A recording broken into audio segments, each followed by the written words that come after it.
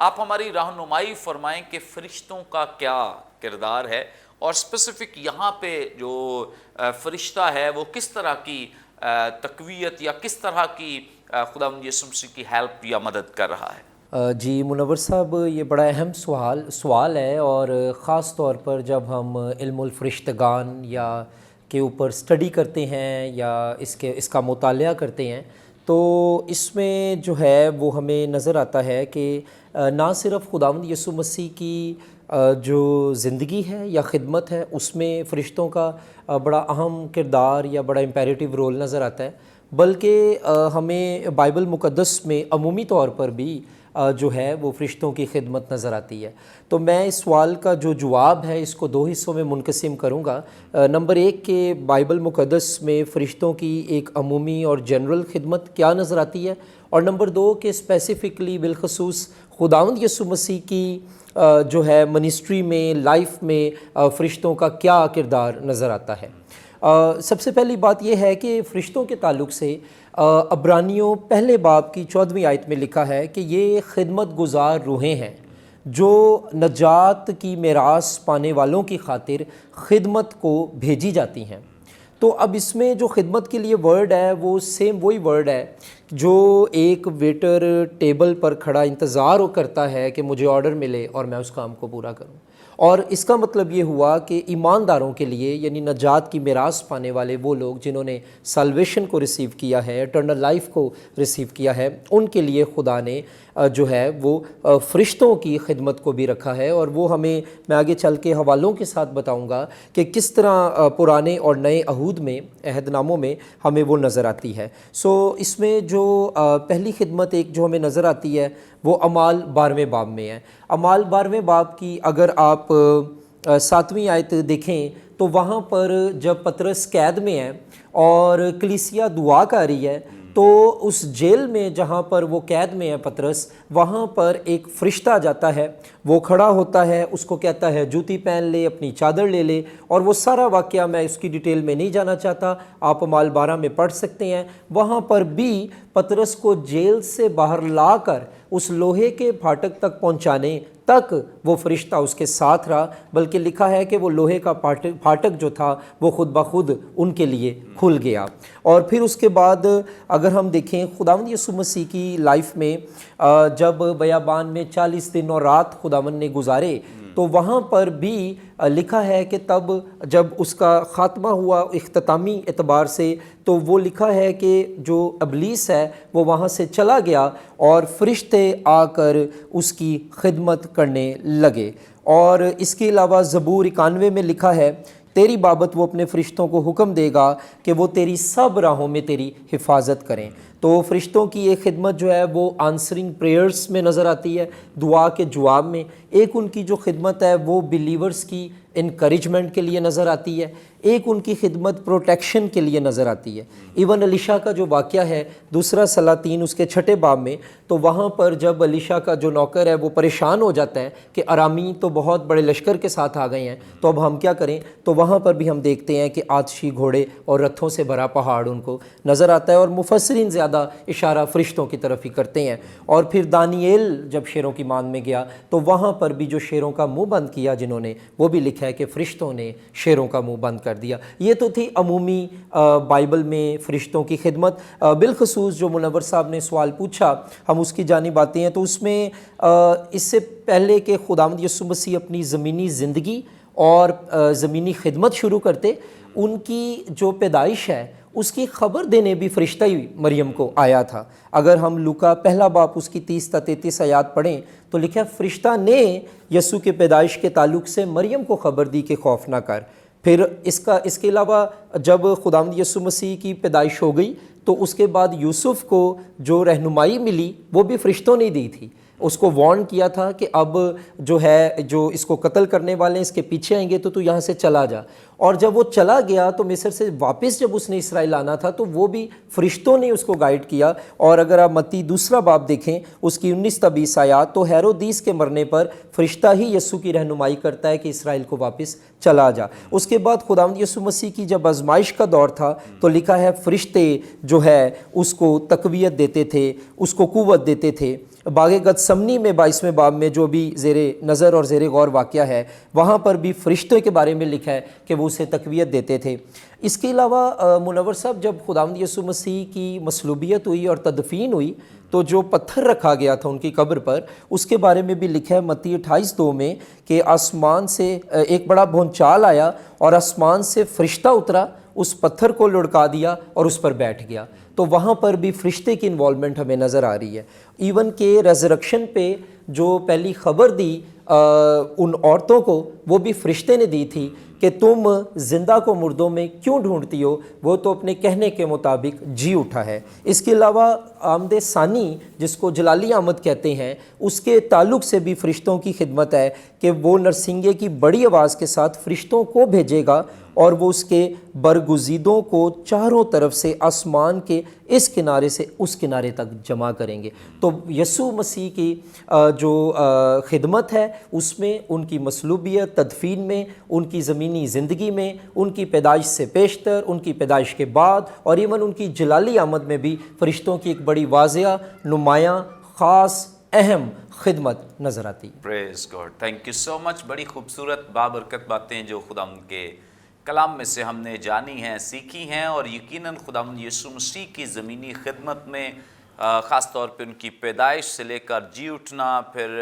ان کے دوبارہ آمد میں فرشتگان کی یہ جو خدمت ہے، کام جو ہے، یہ اس بات کی علامت ہے، یہ اس بات کی دلیل ہے کہ خداوند یسوع مسیح کی زندگی میں ہونے والے تمام واقعات جو ہیں وہ خدا باپ کی مرضی کے عین مطابق ہیں، اور آسمانی مداخلت ہمیں نظر آتی ہے، آسمان کی طرف سے پوری اس میں رہنمائی نظر آتی ہے۔ سو اس سے ہم اس بات پر اس نتیجے پر پہنچتے ہیں اور اس بات کو سمجھ سکتے ہیں کہ یہ کام جو ہے یہ خدا باپ کی مرضی کے عین مطابق ہو رہا ہے۔ اب بھی جو کچھ چونکہ باغ گتسمنی میں جو کچھ چل رہا ہے، یہ بھی باپ کی مرضی کے مطابق ہو رہا ہے۔ آگے بڑھیں گے اور اس واقعے کے تعلق سے ہم مزید جانیں گے، سیکھیں گے۔ ہمارے ساتھ دانشمند واسطی صاحب ہیں۔ سر، آپ ہماری رہنمائی فرمائیں۔ یہاں پر واحد ویسے مصنف ہیں، جو چاروں اناجیل اربعہ کے جو مصنفین ہیں ان میں سے واحد مقدس لوکا ہیں جنہوں نے اس بات کو بیان کیا ہے کہ خداوند یسوع مسیح کا پسینہ جو ہے یہ خون کی بڑی بڑی بوندیں بن کر زمین پر ٹپکتا ہے۔ تو بہت سارے جو کرٹکس ہیں، نقاد جو ہیں، وہ اس بات پہ کرٹیسزم کرتے ہیں اور تنقید کا نشانہ بناتے رہتے ہیں کہ یہ واقعہ جو ہے یہ ہو نہیں سکتا، پریکٹیکل پاسبل نہیں ہے، ممکن نہیں ہے۔ لیکن چونکہ میڈیکل سائنس تو بعد کی بات ہے، ہمارا تو سب سے بڑا اعتقاد جو ہے وہ بائبل مقدس پہ ہے کہ اگر بائبل میں لکھا ہے تو یہ پاسبل ہے، ممکن ہے۔ بہرحال آپ ہماری رہنمائی فرمائیں کہ کیا بائبل مقدس تو ایک بہت بڑا سورس ہے، مقدس لوکا ایک بہت بڑا سورس ہے، اس کے بعد کیا آج میڈیکل سائنس نے بھی اسے پروو کیا ہے؟ کیا اس بات کو ثابت کیا جا سکتا ہے کہ یہ حقیقت ہے، یہ ریالٹی ہے؟ بہت اہم اور اچھا سوال ہے، اور میں سمجھتا ہوں کہ جب بھی کوئی اس حوالے کو پڑھتا ہے تو چونکہ یہ کوئی عام قسم کا واقعہ نظر نہیں آتا، پسینہ آنا تو عام بات ہے، ہر ایک کا تجربہ ہے، لیکن یہاں پہ جس حالت کو بیان کیا گیا ہے، اور جیسے آپ نے واضح کیا کہ دوسری 3 اناجیل جو ہیں وہ اس قسم کی یسوع مسیح کی حالت کو بیان نہیں کرتی، تو اس کا مطلب یہ ہے کہ میڈیکلی کچھ چیزیں کسی شخص کے ساتھ ضرور منسلک ہوتی ہیں جو اس کو آبزرو کرتا اور اس کے بارے میں جانتا اور لکھتا ہے۔ تو پہلی بات میں یہ بتانا چاہتا ہوں، شاید ہمارے ناظرین اس بات کو جانتے ہوں گے کہ یہ جو مصنف ہے مقدس لوکا، وہ ڈاکٹر تھا، اس پیشے کے لحاظ سے وہ ڈاکٹر تھا، اور ڈاکٹر ہوتے ہوئے اگر وہ یہ الفاظ لکھتا ہے تو میرا خیال ہے کہ ہی واز ویری کیئرفل کہ وہ کوئی ایسی بات جھوٹ میں یا کیا کہتے ہیں مبالغہ رائی میں نہ لکھے کہ کہا جائے کہ یسوع مسیح کی یہ حالت تھی۔ تو میڈیکلی ہم یہ کہہ سکتے ہیں کہ وہ اس بات کو جانتا تھا کہ ایسا ممکن ہے اور ایسا ہوا، حقیقت میں ہوا۔ تو جیسے کہ آپ نے بیان کیا بہت سے کرٹکس ہیں، اور اس کی جو سمپل تشریح ہو سکتی ہے وہ یہ ہے کہ یہ تشبیہ ہے کہ یسوع مسیح کی حقیقت میں یہ حالت تھی، اور وہ سارا سین بینگ گاڈ، وہ جانتا تھا کہ میرے ساتھ کیا ہونے والا ہے. اور from the starting from his ministry and when he came into the world، جب وہ دنیا میں آیا تو اس کا ایک بڑا مشن تھا. اور اس کے بعد صدیوں پہلے کہ اس کے ساتھ کیسا سلوک کیا جانے والا ہے، یسایہ 53 باب جو ہے اس کو بڑے واضح طور پر بیان کرتا ہے. اور بے شک ہم جو یسوع مسیح کے ساتھ ہوا صلیب کے اس سارے منظر میں، اس سارے حصے میں، اور اس سے پہلے جو یسوع مسیح کے ساتھ صلیب دینے سے پہلے سلوک کیا گیا، شاید اگر ہم مختلف جو یسوع مسیح کے اس حصے کے لیے جو فلم تیار کی گئی ہوئی ہیں یا فلمیں تیار کی گئی ہیں، وہ جس حد تک اس پہ ظلم اور تشدد ہوا وہ شاید اس کو اس طور پر بیان نہیں کر پائی، لیکن وہ ساری تصویر اس کے سامنے ہے. اور یقیناً جب ہم کہتے ہیں کہ وہ دل سوزی سے دعا کرنے لگا، تو یہ بلڈ پریشر کا جو عمل ہے، یعنی انسان اس حالت میں چلا جائے انسان ہوتے ہوئے کہ جہاں اس کا خون جو ہے، جو اس کا پسینہ ہے وہ خون کی حالت میں ٹپکتا ہے. تو ہم یہ کہہ سکتے ہیں کہ جو مقدس لوکا ہے وہ تشبیہتاً اس کو نہیں لکھتا، بلکہ حقیقت جو ہے وہ لٹرلی ہمیں جیسا الفاظ میں لکھا ہے لفظی طور پر ہمیں ویسا ہی اس کو لینا ہے. ٹھیک ہے. اچھا، جہاں تک آپ نے جو بات کی تھی کہ میڈیکلی کیا ہم اس بات کو پروو کر سکتے ہیں کہ یہ ایسا ہے، تو یہ جو ہمارے بھائی بیٹھے ہوئے ہیں یہاں پہ ایک لفظ میں دکھانا چاہ رہا ہوں، کیونکہ میں ڈاکٹر نہیں ہوں، میں نے تو میں اس کو پڑھ دیتا ہوں. ہیماٹیڈوریسس، یہ ایک حالت ہے جہاں پہ انسان کا جو پسینہ ہے حقیقت میں خون جو ہے وہ بن جاتا ہے. یہ میں نے کہا ڈاکٹر تو نہیں ہوں میں، لیکن اس کے لیے چونکہ سوال ایسا ہے، اس کا جواب ہم اگر ڈاکٹری کو تھوڑا بہت نہیں جانیں گے تو جواب نہیں مل سکتا. تو یہ جو ہمارے پسینے کے غدود ہیں، اس کے ساتھ بڑی پتلی پتلی جو نالیاں ہیں خون کی وہ جڑی ہوئی ہیں اس کے ارد گرد.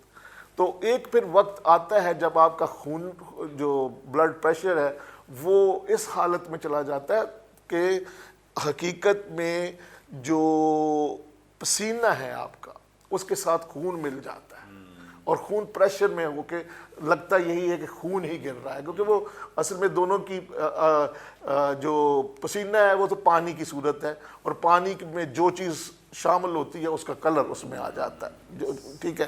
تو یہ حقیقت ہے.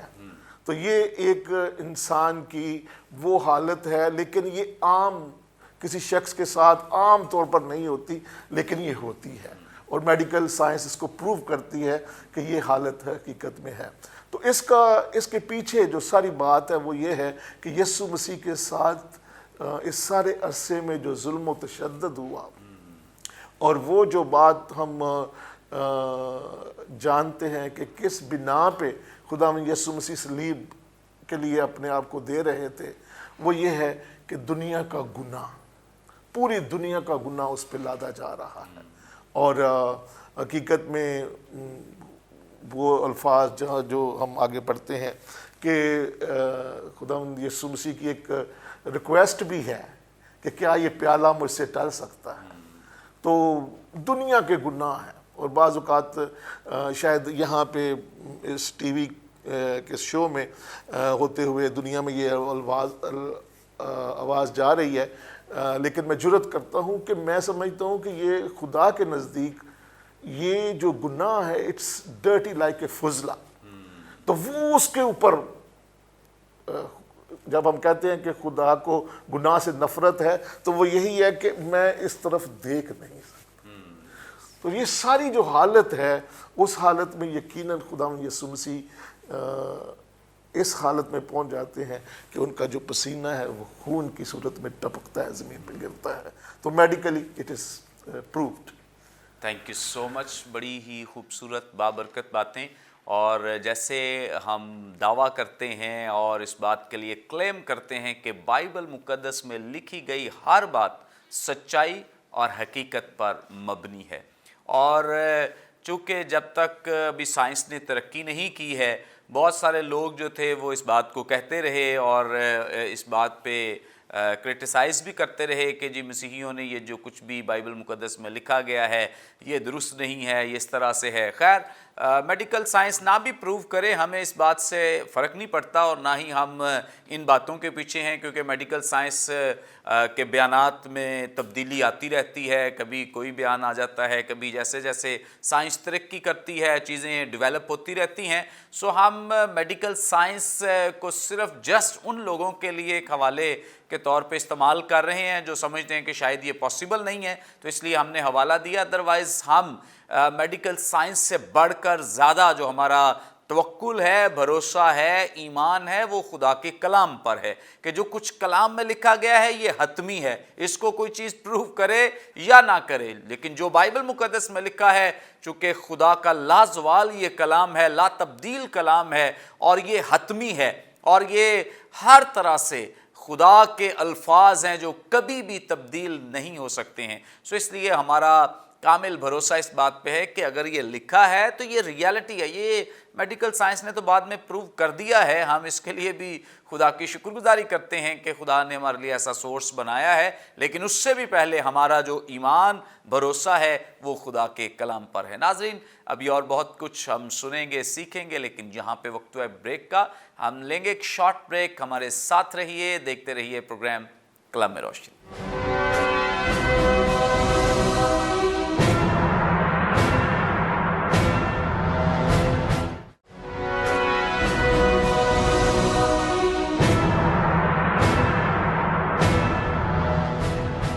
ویلکم بیک ناظرین، آپ دیکھ رہے ہیں پروگرام کلام روشنی۔ بریک پر جانے سے پہلے بڑی خوبصورت بابرکت باتیں جو خدا ان کے خدام ہمارے ساتھ شیئر کر رہے تھے اور یقیناً آپ سب نے بڑی برکت پائی ہے۔ آگے بڑھیں گے اور بہت کچھ خدا ان کے کلام میں سے ابھی سیکھنا ہے۔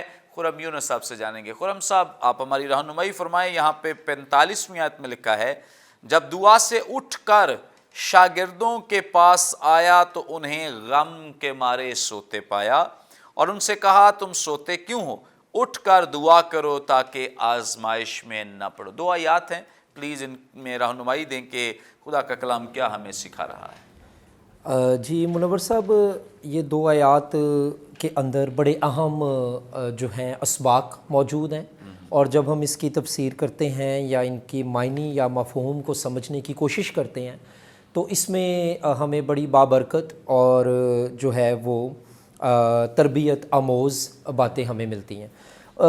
پہلی بات تو یہ ہے کہ لوکا جو ہے اسی نے صرف اس بات کا ذکر کیا ہے کہ وہ غم کے مارے سو رہے تھے۔ یہ دیگر جو سینوپٹک گاسپلز ہیں جو اناجیل متوافقہ ہیں ان میں نہ تو یہ متی میں ہے نہ یہ مرکس میں ہے، اور لوکا جو ہے اس نے یہ ذکر کیا ہے۔ اس کا آگے چل کے میں میڈیکل ریزن بھی بتاؤں گا، لیکن اس کا جو ایک نارمل یا انسانی وجہ ہو سکتی ہے وہ یہ ہے کہ جس ٹائم پہ یہ واقعہ ہو رہا ہے اور یہ ان کے آپس میں مکالمے چل رہے ہیں، بات چیت ہو رہی ہے، یہ اراؤنڈ مڈ نائٹ کا ٹائم ہے۔ اگر آپ ٹائم کیلکولیشن کریں تو یہ تقریباً آدھی رات کا وقت ہے، اور اس وقت جو ہے ایک عام انسان، ایک ہیلدی انسان جو ہے آلموسٹ وہ نیند سے نڈھال ہو رہا ہوتا ہے، اور وہ نیند کا جو غلبہ ہے وہ اس ٹائم پہ چھایا ہوتا ہے۔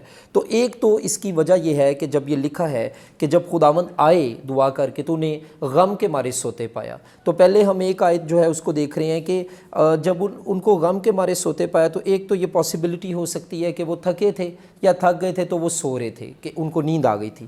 لیکن میں تھوڑا سا اس کو ڈیپ لے کر جاؤں گا، اور میرے لیے یہ بڑا انٹرسٹنگ ہے، اور جس طرح ابھی دانشمند صاحب نے بھی کہا کہ جو لوکا ہے وہ بائی پروفیشن ڈاکٹر تھا، طبیب تھا، اور اس کا میڈیکل بیک گراؤنڈ تھا۔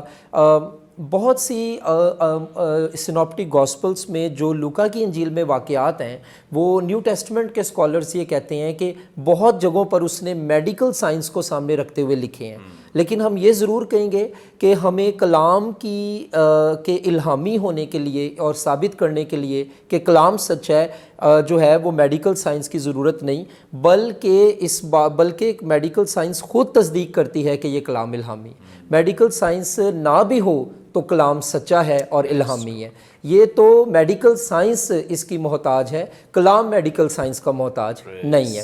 تو یہ جو ہے یہاں پہ پہلے میں یہ جو ہے ایک جو کلینکل جو ڈاکٹرز ہیں جو کلینکس سے ڈیل کرتے ہیں، کلینکل اس کی باڈی جو چیک اپ سے، وہ یہ بتاتے ہیں کہ جب انسان ڈپریشن کا شکار ہوتا ہے تو اس میں دو طرح کی صورتحال سامنے آ سکتی ہے، ایک کہ بالکل نیند نہ آنا، ایک کہ بہت زیادہ نیند آنا، ایکسیسو سلیپ جسے کہتے ہیں۔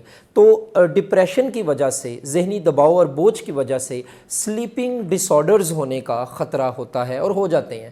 تو کچھ لوگوں کو آپ دیکھیں جو ڈپریشن کے شکار ہیں، ان کو لوگ جب اینٹی ڈپریسنٹس گولیاں دیتے ہیں جن سے ڈپریشن میں کمی آئے تو ان کے اندر بہت زیادہ غنودگی موجود ہوتی ہے، ڈیزینس جسے ہم کہتے ہیں۔ اور کچھ لوگ جو ہوتے ہیں وہ ڈپریشن میں یا تو بہت سوتے ہیں اور یا کچھ لوگ ہوتے ہیں وہ سو نہیں پاتے، ہر ایک کا فرق ہوتا ہے۔ تو کچھ لوگوں نے یہاں پر یہ کومنٹ کیا ہے اس کے اوپر، اس آیت کے اوپر، کہ چونکہ خداوند یسوع مسیح بہت بار اپنی موت کے تعلق سے پیشین گوئیاں کر رہے ہیں، موت کا ذکر کر رہے ہیں، پھر میرا پکڑوانے والا آ رہا ہے، پھر پہلے انہوں نے عید فصح کا جب آخری کھانا کھا رہے تھے، آخری فصح کا کھانا تو کہہ رہے تھے میرا پکڑوانے والے کا ہاتھ یہاں ہے۔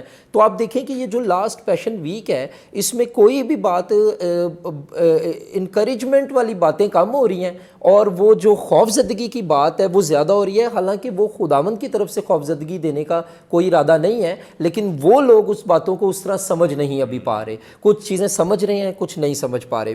اور اس بات کو ضرور ہمیں ایک بائبل کے سنجیدہ طالب علم ہونے کے ناطے یاد رکھنا چاہیے کہ اس ٹائم پہ شاگرد بھی جو ہیں جو بعد میں رسول کہلائے وہ بھی سب کچھ نہیں سمجھ پاتے تھے، اور بعد میں چل کے پاک روح کی قدرت اور قوت سے وہ بہت سی باتوں کو سمجھ پائے۔ تو اب یہاں پر جو ہے غم لفظ، اس کے لیے گریک ورڈ ہے لوپے۔ جب میں نے منور صاحب اس ورڈ کو دیکھا تو یہ میرے لیے بڑا انٹرسٹنگ تھا کہ جو میری بات ہے وہ والی کہ وہ ڈپریشن اور پریشانی کا شکار تھے، وہ غم لفظ کے اندر پنہا ہے۔ تو یہ جو لوپے ورڈ ہے یہ بیسیکلی پرانے عہد نامے کے ہفتادی ترجمے میں یہ پیدائش یا پیدا کرنے کے لیے بھی یوز ہوا ہے۔ جب خدا نے عورت کو کہا کہ تو درد کے ساتھ بچہ جنے گی اور تو تجھے جننے کے درد لگیں گے پھر بچہ پیدا ہوگا، تو جو وہاں پہ جو پرانے عہد نامہ جو عبرانی میں لکھا گیا اس کا جو یونانی ترجمہ ہے، اس کے یونانی ترجمے میں جو ورڈ یوز ہوا ہے وہاں پہ وہ لوپے ہے، اور اس کا مطلب یہ تو تھا اس کا لغوی اور لفظی معنی، لیکن یہی لفظ فگریٹیولی بھی استعمال ہوا ہے بائبل میں، اور وہ تب استعمال ہوا ہے جب جذبات کا دباؤ، پریشانی، تکلیف اور مینٹل سٹریس کا ورڈ ہے۔ مینٹل سٹریس کے لیے بھی یہ لفظ یوز ہوا ہے۔ اب وہ لوگ یہاں پر غم جو ان کو ہے وہ اس لیے ہے کیونکہ جو باتیں ہوئیں، مسیح نے جدا ہونا ہے، پریشانی ہے۔ ہو سکتا ہے کہ اس وقت روم بہت طاقتور حکومت تھی تو وہ پریشان بھی ہیں، یہ انسانی ایک رد عمل ہے اور فنکشن ہے۔ تو وہ لوگ جو ہیں بیسیکلی غم کی وجہ سے، ڈپریشن کی وجہ سے سو رہے تھے، ایک یہ نظریہ۔ ایک نظریہ یہ ہے کہ وہ غم کی وجہ سے نہیں، وہ نیند کے غلبے کی وجہ سے، تھکاوٹ کی وجہ سے سو رہے تھے۔ لیکن جب لوکن اکاؤنٹ جسے ہم کہتے ہیں، لوکا کی انجیل جب ہم پڑھتے ہیں تو وہاں پہ بڑا یہ کلیئر ظاہر ہے کہ صرف تھکاوٹ نہیں تھی بلکہ ان کو ڈپریشن تھا، پریشانی تھی، غم تھا، کیونکہ بائبل کلیئر کہہ رہی ہے کہ وہ غم کی وجہ سے سو رہے تھے۔ اب یہاں پر ایک اور جو اگلی آیت میں بات ہے میں اس کے اوپر بات کرنا چاہوں گا، جو 46ویں آیت ہے، لکھا ہے کہ جب وہ سو رہے تھے غم کے مارے، ان کو سوتے پایا تو ان سے خداوند نے کہا کہ تم سوتے کیوں ہو؟ سوال ہے، اٹھ کر دعا کرو تاکہ آزمائش میں نہ پڑو۔ اس کا مطلب ہے خداوند یہاں چاہ رہے ہیں کہ وہ نہ سوئیں، اور خداوند چاہ رہے ہیں کہ وہ جس بھی وجہ سے سو رہے ہیں، چاہے ڈپریشن ہے، تھکاوٹ ہے، جو بھی ریزن ہے، they should be praying at this time, وہ اس وقت دعا کر رہے ہوں تاکہ وہ آزمائش میں نہ پڑے۔ اب میں گزشتہ جو ایک قسط ہے اس میں بھی یہ ذکر کیا تھا کہ یہاں پر خداوند یسوع کتنی کربناک حالت سے گزرے ہیں، لیکن ان کو فکر اپنے شاگردوں کی ہے، ان کو محبت اپنے شاگردوں سے ہے۔ اور ڈسائپلشپ پہ جب ہم پڑھاتے ہیں تو ہم یہ ضرور ذکر کرتے ہیں کہ basically it's all about loving Christ, کہ جس یسوع نے اتنا پیار ہم سے کیا ہے، ہمارا رد عمل بھی محبت کا اس کے لیے ہونا چاہیے۔ ایک چیز میں ضرور کہوں گا، یہاں پہ جو لفظ یوز ہوا ہے آزمائش میں نہ پڑو، یہ ایکٹیو وائس ہے، یہ پیسو وائس نہیں ہے۔ تو گرامر کے لحاظ سے ایکٹیو وائس کا مطلب یہ ہے کہ تم آزمائش میں کوئی تمہیں نہیں ڈالے گا، تم اپنی رضا کرانہ اور ارادی چناؤ اور انتخاب کی وجہ سے پڑھو گے. تو یہاں اگر اوریجنل ٹیکسٹ میں ہم دیکھیں تو اس کا مطلب ہے کہ بیسیکلی یہ ایکٹیو وائس ہے. ایکٹیو وائس ہوتا ہے کہ ہم نے اس میں جو ہے وہ رول ادا کرنا ہے. تو یہ بیسیکلی خداوند یہ کہہ رہے ہیں کہ یہ چانسز ہیں, رسک ہے کہ تم آزمائش میں گرنے کا انتخاب کر لو, گناہ کرنے کا چناؤ کر لو. تو دعا تم نے اس لیے نہیں کرنی کہ آزمائش نہ آئے, بلکہ اگر آ جائے تو پھر اس سے بچنے کے لیے بھی تم پہلے سے تیاری کرو. تو یہ اس بات کی منور صاحب تصدیق ہے کہ خدا بہت پاک ہے. اور آر سی سپرول صاحب نے ایک جو کتاب لکھی ہے وہ اس تعلق سے لکھی ہے, خدا کی پاکیزگی. میں ضرور آڈینس سے کہوں گا کہ کتابیں پڑھا کریں, آپ کے پاس ٹائم ہوتا ہے, اور یہ کتاب ضرور خریدیں, خدا کی پاکیزگی. اور ایک کتاب ہے جے سی رائل کی, خالی اس کا نام ہے پاکیزگی. میں آپ کو ایک بات بتا دوں, آپ مسیحی زندگی میں خدا کی پاکیزگی کو اس وقت تک نہیں سمجھ سکتے جب تک آپ گناہ کی غلاظت اور گندگی کو نہ سمجھیں. یہ بہت ضروری ہے. اور یہاں پر جو خداوند کہہ رہے ہیں کہ تم دعا کرو آزمائش میں نہ پڑو, ان کا ایک اشارہ حلیمی کی طرف بھی ہے. میں نے ایک بار ایک جگہ پہ سرمن دیا تھا کہ دعا نہ کرنا یہ ایک روحانی مغروری کی بھی نشانی ہے, اور دعا کرنا یہ ایک روحانی حلیمی کی بھی نشانی. پریز God, thank you so much. بڑی خوبصورت باتیں, بابرکت باتیں جو خداوند کے خادم نے ہمارے ساتھ شیئر کی ہیں, اور یقیناً خدا کا کلام اس تعلق سے ہماری رہنمائی کرتا, ہمیں سکھاتا اور بتاتا ہے کہ دعا کرنا جو ہے یہ کتنا ضروری ہے. ہم نے گزشتہ ایپیسوڈ میں بھی اس بات پر بہت زور دیا اور بہت سارے لوگوں نے برکت پائی ہے. ہم آگے بڑھیں گے اور ایک بڑا ہی اہم اور خاص جو سوال ہے وہ جانیں گے اور پوچھیں گے دانشمند واسطی صاحب سے. سر, آپ ہماری رہنمائی فرمائیں. خدا کا کلام ہماری رہنمائی کرتا ہے کہ جب یہ سارا وقت گزر گیا ہے, دعا کا سلسلہ شروع ہو گیا, اور دعا میں لوگ جو شاگرد تھے وہ سو بھی گئے. بہرحال خداوند یسوع مسیح لگاتار دعا کرتے رہے, اور دل سوزی کے ساتھ مقدس لوکا نے تو بڑا اچھا پکچرائز بھی کیا ہے اس بات کو. اور جو خداوند یسوع مسیح نے اس سے پہلے, یعنی باغ گیتسمنی میں آنے سے پہلے جب آخری عید فصح میں شرکت کی ہے اور شاگردوں پہ یہ اس بات کا انکشاف کیا کہ تم میں سے ایک مجھے پکڑوائے گا, وہ اب وقت آ گیا ہے. اور وہ شاگرد جو ہے ایک بڑی بھیڑ لے کر خداوند یسوع مسیح کو گرفتار کرنے آیا ہے. تو یہاں پہ اس نے یسوع مسیح کا بوسہ لیا ہے. تو ایسی کیا ضرورت تھی کہ وہ, حالانکہ یسوع مسیح تو ایک فیمس پرسنالٹی ہیں, شخصیت ہے, ان کو تو سب جانتے ہوں گے, تو کیا ضرورت کیا تھی کہ یہ بوسہ لے کر پروو کرے, ثابت کرے کہ یہی ہے, اسے پکڑ لو؟ بڑا اہم اور میں سمجھتا ہوں کہ سمجھنے والا سوال بھی ہے. لیکن بات یہ ہے کہ جب ہم اس سارے ماحول کو دیکھتے ہیں جہاں پہ خداوند یسوع مسیح موجود ہے, اور یہاں پہ اس کا 12واں شاگرد, 11 تقریباً وہاں موجود ہے, 12واں شاگرد آ جاتا ہے. اور بے شک وہ شاگرد جو ہے نا وہ سو رہے تھے, لیکن اس وقت یقیناً وہ جاگ رہے ہیں, وہ یسوع مسیح کے ساتھ ہیں, کیونکہ اتنا جب شور پڑ گیا تو پھر تو وہ یقیناً ایکٹیو ہوں گے. اور آگے جا کر اسی حوالے میں پتہ بھی چلتا ہے کہ انہوں نے اپنی ایکٹیونیس کو ظاہر بھی کیا. تو جو بڑا سوال آپ نے کیا ہے وہ یہ ہے کہ وہ یسوع مسیح کے ساتھ تھا, بس وہ اشارہ کر دیتا کہ یہ ہے, اسے پکڑ لو, لیکن بوسہ جو ہے نا وہ کیوں لیا؟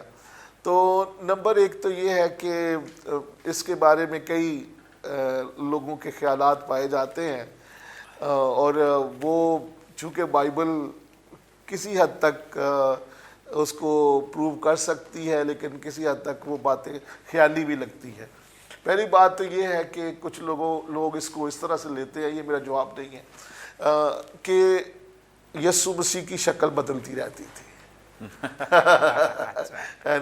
یعنی وہ یہاں پہ, یعنی یہ کامنٹیٹرز کچھ کہتے ہیں, تو وہ اس بنا پہ چونکہ وہ کبھی اس حالت میں کبھی اس حالت میں, تو وہ کہتے ہیں کہ شاید یہ ایک طریقہ کار تھا. یہ یعنی میں ایک سوچ جو لوگوں کی ہے وہ بیان کرنا چاہتا ہوں. لیکن بات یہ ہے کہ ایک جگہ پہ ہم یہ بھی پتہ چلتا ہے کہ خدا یسوع مسیح کا چہرہ بدل گیا, نورانی چہرہ ہوا اور وہ اس طرف منہ کوئی نہیں کر سکتا تھا.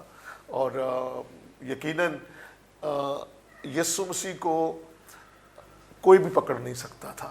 حقیقت میں اگر میں اس بات کو ہمیشہ کہتا ہوں کہ نہ تو یہ بوسہ دینے کا عمل ایک بہت بڑی مدد تھا، نہ جو سینٹ ہنڈرنٹ کی طرف سے سپاہی آئے تھے، نہ رومی، نہ پلاطوس، نہ ہیرودیس، نہ کاہن، کسی کے اندر یہ وہ نہیں تھی.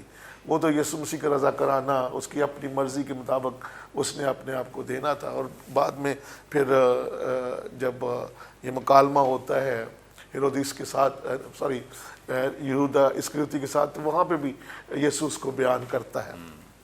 لیکن سوال وہاں کا وہاں ہی ہے کہ اس نے یسوع مسیح کا بوسہ کیوں لیا.